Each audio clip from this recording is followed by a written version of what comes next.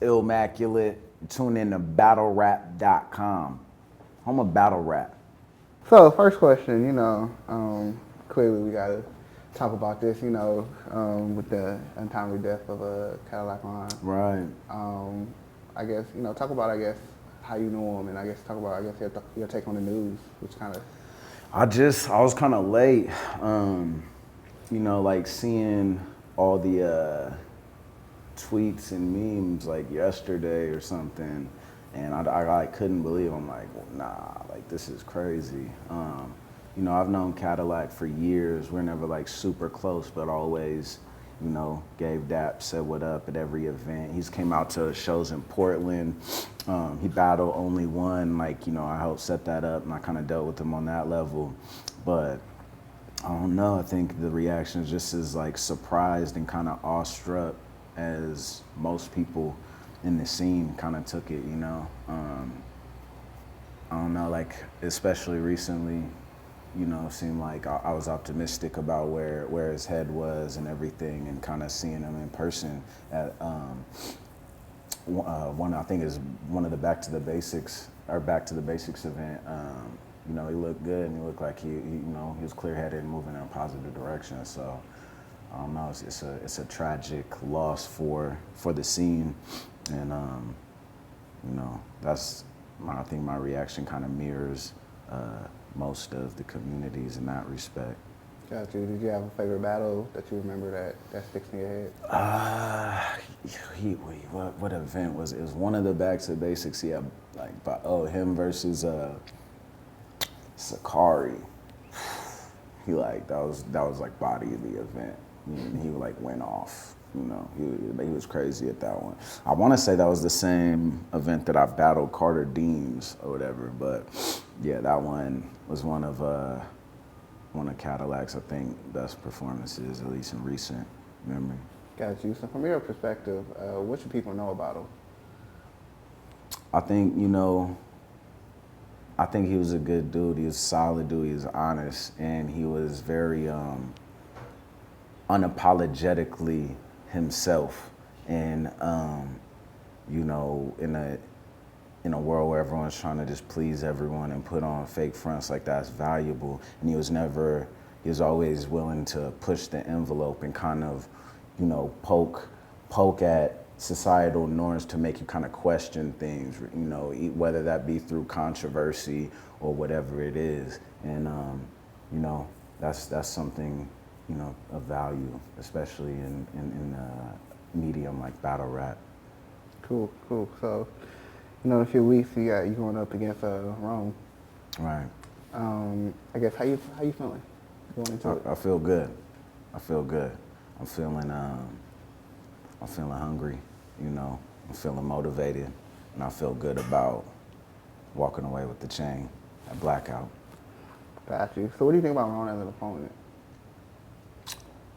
He's good. I can't really throw shade at him like that. I think, he's earned the shot at the title. Going into the Pat Stay battle, that was the next most mentioned name when, King of the Dot would ask who should go against Pat. It's definitely like my name, and then the next was Rone. So I had a feeling after winning Pat, or the chain from Pat, that Rone would be next up on the menu, so to speak. Yeah.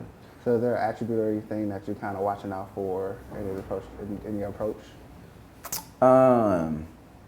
He's pretty predictable. I'm not too worried about some revolutionary angle or nothing crazy. He pretty much reinvents the wheel every battle, but he does it well. He packages it well. He's likable. Yeah. He's charismatic, and those I think are his strongest attributes, and that translates into his performance. But that can only get you so far, especially I think against an opponent like myself. Got you. So outside of the battle, I guess what's your relationship with him? We're cool. We're cool. Like was it Battle of the Bay? We had a little back and forth. The last one in San Jose, I'm back to basics. We had a little back and forth in the ring because we were waiting on Disaster versus Jonai, and me and him were in the ring. And he kind of mentioned like, it was before anything was locked down. Like, I'm coming for that chant. Like we just had a little friendly. What some might have thought around was a heated exchange. It was more friendly, like just clowning back and forth. And so. We're cool, man. I'll see him at all the events. We'll kick it, have a beer or whatever. But, when you step in that ring trying to eat my food. So do you expect this to be more of a kind of a straightforward kind of back and forth, or do you think things are going to get personal? Nah, I think it'll be more straightforward, but, as personal as any battle. Like, we know what it is going in. We sign up for this. Like a boxer doesn't get in the ring, expect not to get punched in the face. So, but I don't really think there's too much that either one of us could really go at on like some like super like exposing level. Like, we're both pretty solid cats, so I'm not too worried about that. I feel you. And you were trying to get the title match on the West Coast. I guess what happened with that? Yeah, I mean. Politics, but it's Blackout's one of the biggest events, and there's always a title match involved. So, I agreed. All right, we'll do this defense here, but my next title defense, which will happen on the West. Got you. So I guess what does 2016 look like for King of the Dot? In your opinion, what's going on this year? I mean, there's going to be some big events, Blackout, obviously, and that's one of my personal favorite events, just with the whole mystery around it, and people speculating on what matchups, and there being rumors that more often than not end up being false anyway, and I don't know, just that, especially when you're in the room, and the feeling of like when that little digital Rolodex lands on, whatever two battlers is a certain like, oh, like I didn't see that coming, and it adds a certain level of excitement, which is always valuable in battle rap. So you got Blackout. I'm pretty sure there's gonna be another event in Massachusetts, like Massacre last year, which could end up being big. World Dom, all the staples. So I think it's gonna, and of course, the West having another event, which I'll defend my title at for the second time this year.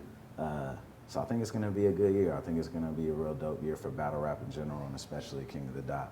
Got you. So is there any kind of upcoming battle that you're kind of anticipating yourself, just from a spectator's perspective?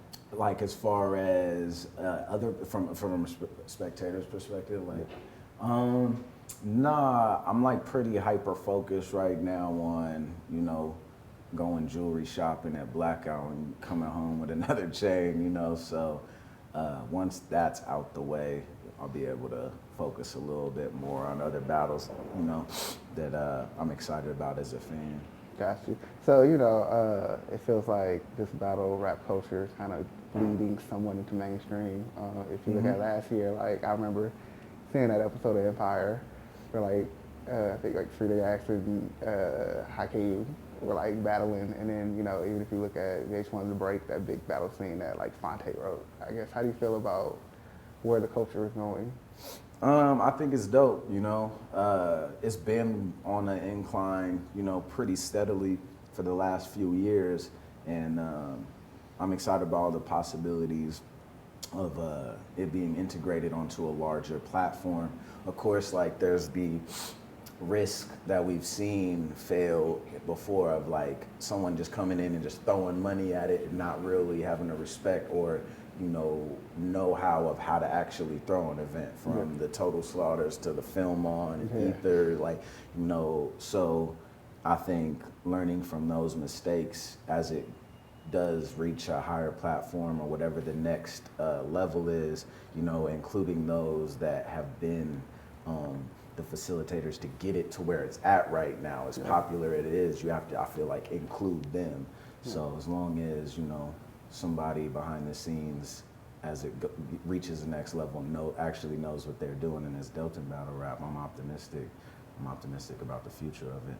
You know, you've had this incredible run as a battle, as a battle rapper, but you're also a recording artist MC as well. Right. I guess, how do you maintain that balance?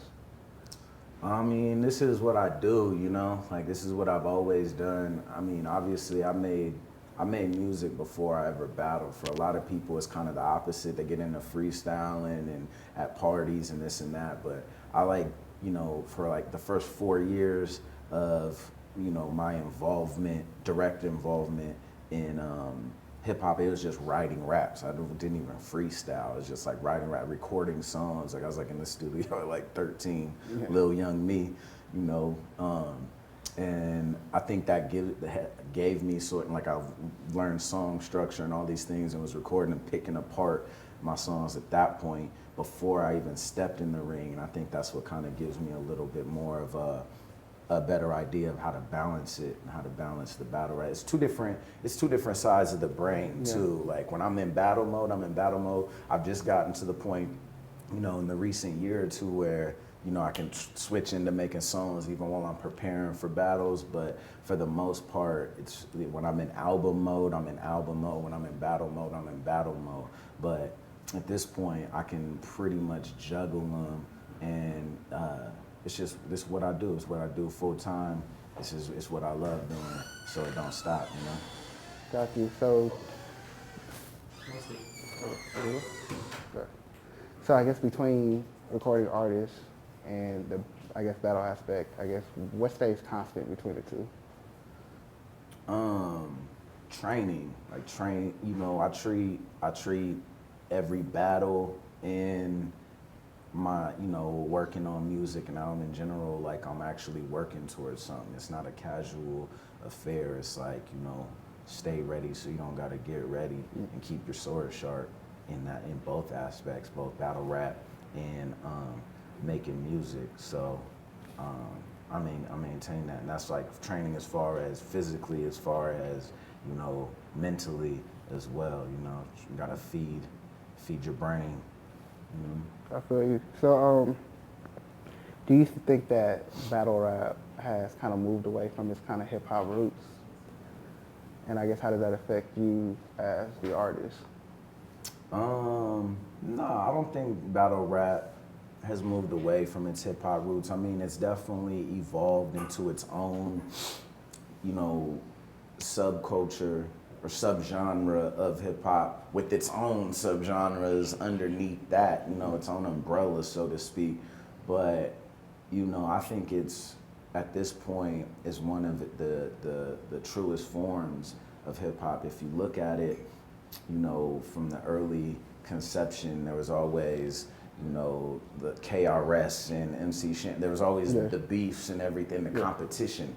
It's kind of what this is bred out of. It is the art of competition, and battle rap holds true to that more, arguably more than any other facet of hip hop, as well as it's one of the few places where the lyrics are.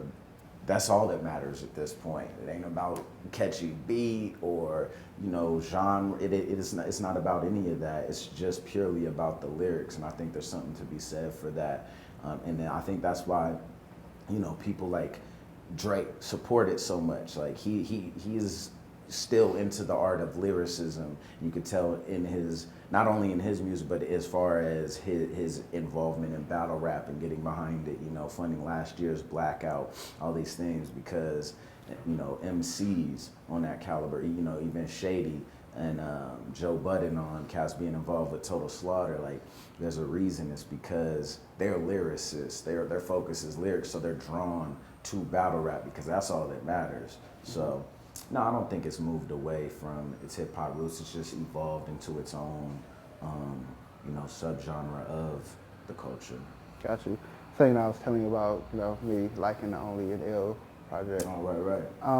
One of my favorite tracks on the track, you mentioned Slaughterhouse, the one you did with Crooked Eye. Oh, yeah. Sky is Ours. Yeah. So I guess, what's that like, kind of even getting props from just more established, artists in hip hop? I mean, I love, like, it's always a blessing being able to work with artists you've looked up to, and I've, like, idolized and respected Crooked Eye's Crooked Eye's ability to rap like since sound bombing tapes, like when I was like, well, I don't know, like 14, 15, 16, like bumping Murdering MCs from those CDs, and this fool was on a whole nother level, and it blew my mind. So then I just went and got anything I could get my hands on from the Wake Up Show intro or whatever with like Chino XL, Crooked Eye. Like that's someone who I've held in high regard for, you know, decade plus. So to be able to actually work with them, someone who you really, you know, have looked up to, it's just crazy. It's a surreal experience, you know, for sure. So looking back at that project, what do you think about that project now, and should we expect a follow-up from that particular, you know, union? Duo? Yeah. There's a few projects in the pipeline right now, but we're always, me and myself and Only One are always cooking up something new. He's got new projects, like one with Chase Moore called Low Class. I got a couple projects in the pipeline right now. But yeah, you can always expect another Only and Ill at some point. We're like Cheech and Chong, Red and Meth, I feel you. Batman and Robin, but neither of us are Robin. It's but just Batman and Batman. I feel you. So I remember you talking about the project on your birthday next month. Oh yeah. So talk about that for a moment. Yeah, Marv One and myself share the same birthday, and you know, he's been out here in LA when I've been out here, so we actually were able to get in the studio, just started making songs naturally, like we might as well make the CEP, and then we came up with the concept to just call it Birthday Boys and just drop it on our birthday. So the Birthday Boys EP is produced by Calvin Valentine, and it'll be out on February 4th on our birthday. It's kind of like our birthday present to, you know, whoever cares. Cool. So my last question is, do you got like a ritual you do before you get into a battle? Yeah, I sacrifice a goat, and it's kind of a metaphor for being the greatest of all time, you know what I mean? Yeah. And then, nah, I mean, my ritual is pretty simple. It's just, you know, like I said, like working out and trying to align my mental with my body. So I'm always reading books like about whether it be the brain or, you know, conflict or acting in the moment, anything. Books like, you know, not to sound cliche, but books like Art of War or even like Book of Five Swords, where it's more strategic things that can relate to anything from business to battle rap, you know, competition. So I just try to be on point and align all those things, you know, and then everything else in the creative process of writing for battles comes pretty naturally.